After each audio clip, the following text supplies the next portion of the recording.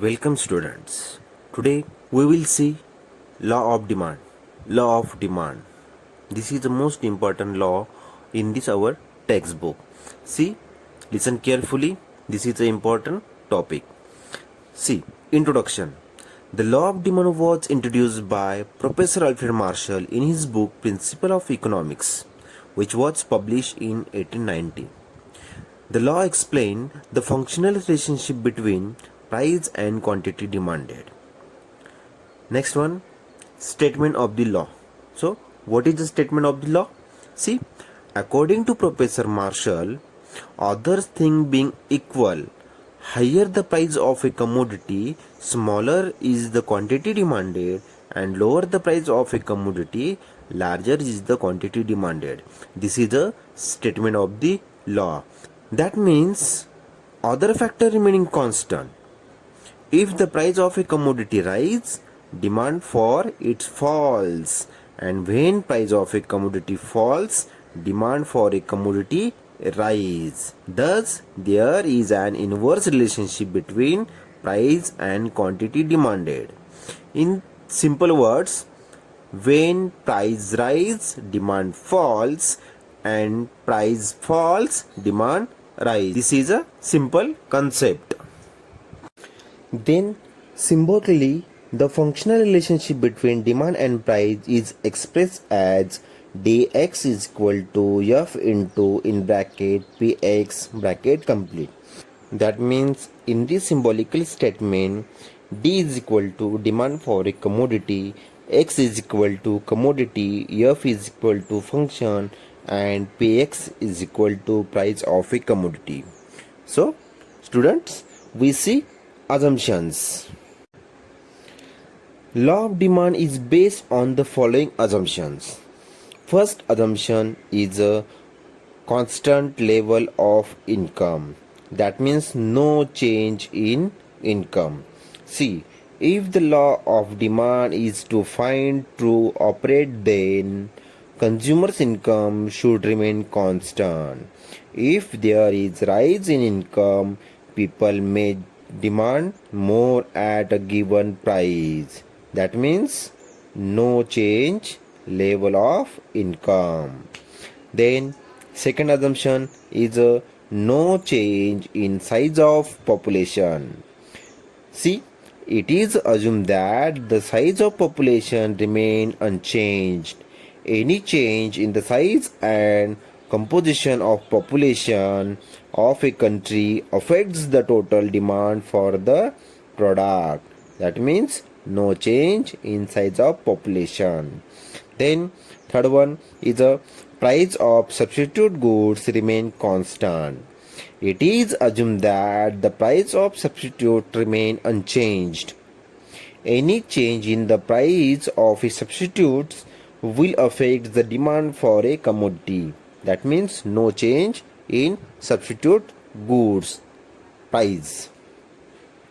Then next one, price of complementary goods remain constant. That means no change price of complementary goods. See, it is also assumed that the price of complementary goods remain unchanged, because a change in the price of one goods will affect the demand for other goods. Next one, no expectation about future change in the price. It is assumed that consumers do not expect any further changes in the price near future. If consumers expect a rise in price in future, they may demand more in the present even at existing high price. Next one, no change in taste, habit, preference, fashion, etc. It is assumed that consumers' taste, habits, preference, fashion, etc. should remain unchanged. Any change in this factor will lead to change in demand.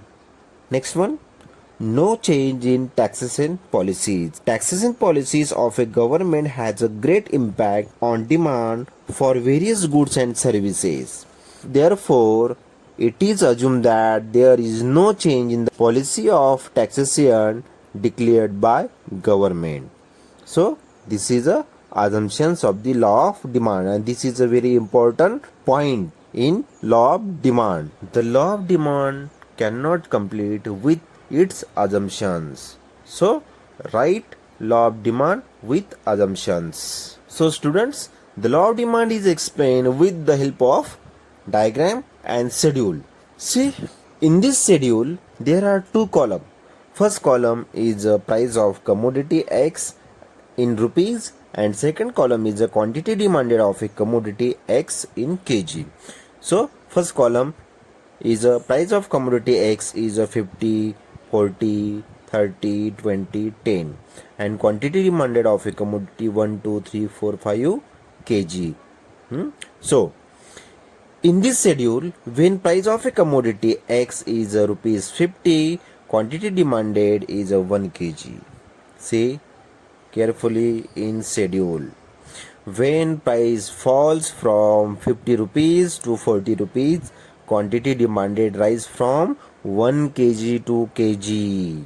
Similarly, at price rupees 30, quantity demanded is 3 kg, and when price falls rupees 20 to 10 rupees, quantity demanded rise from 4 kg to 5 kg. Students, see carefully.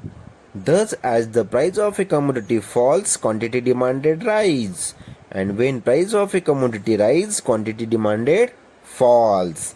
This shown in inverse relationship between price and quantity demanded. Let's see in diagram. See, in this diagram, x-axis represent quantity demanded in kg, and y-axis represent the price of a commodity, and dd is the demand curve, which shows inverse relationship between price and quantity demanded, and dd demand curve slope downward left to right side. Okay students, we see next topic, exceptions to the law of demand. See, exceptions. There are certain exceptions to the law of demand. It means that there are certain exceptions to the law of demand. It means that under exceptional circumstance, consumer buy more when the price of commodity rise and buy less when price of commodity falls. In such case, demand curve slope upward to left to right side. That means the demand curve has positive slope as shown in figure. Expectation about to the law of demand means we see in law of demand, when price falls, demand rise. When price rise, demand falls. But in exceptions, when price rise, demand also rise. When price falls, demand also falls. This is a exceptions to the law of demand.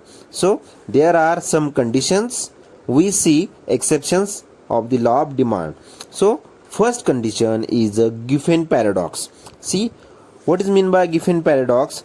Giffen paradox means inferior goods. That means low quality of goods. See, Giffen paradox. Inferior goods or low quality goods are those goods whose demand does not rise even if the price falls. At time, demand decreases when price of such commodities falls. Sir Robert Giffen observed this behavior in England in relation to bread. He noted that when the price of bread declined, people did not buy more because of an increase in their real income or purchasing power. They prefer to buy superior goods like meat. This is known as Giffen paradox. Understand, students? Then second point is prestige goods. See, expensive goods like diamond, gold, etc. are status of symbol. So rich people buy more of it even when their prices are high. Then third one is a speculation. The law of demand does not hold true when people expect price of rise still further. In this case, although the prices have risen today, consumer will demand more in anticipation of further rise in price. For example, price of oil, sugar, etc. tends to rise before Diwali. So people go on purchasing more at higher price as they anticipate that prices may rise during Diwali. Then next one is a price illusion. Consumer have an illusion that high priced goods are of a better quality. Therefore, the demand for such goods tends to increase with a rise in their prices. For example, branded products which are expensive are demanded even at a higher price. Next one, ignorance. Sometimes, due to ignorance, people buy more of a commodity at higher price. They may happen when consumer is ignorant about the price of that commodities at other places. And next one is a habitual goods. Due to a habit of consumption, certain goods like tea is purchased in a required quantities even at a higher price. This is a exceptions to the law of demand. That means in these conditions we not seen demand curve downward direction left to right side. We see demand curve upward direction left to right side. So I hope you understand this topic. Thank you, students.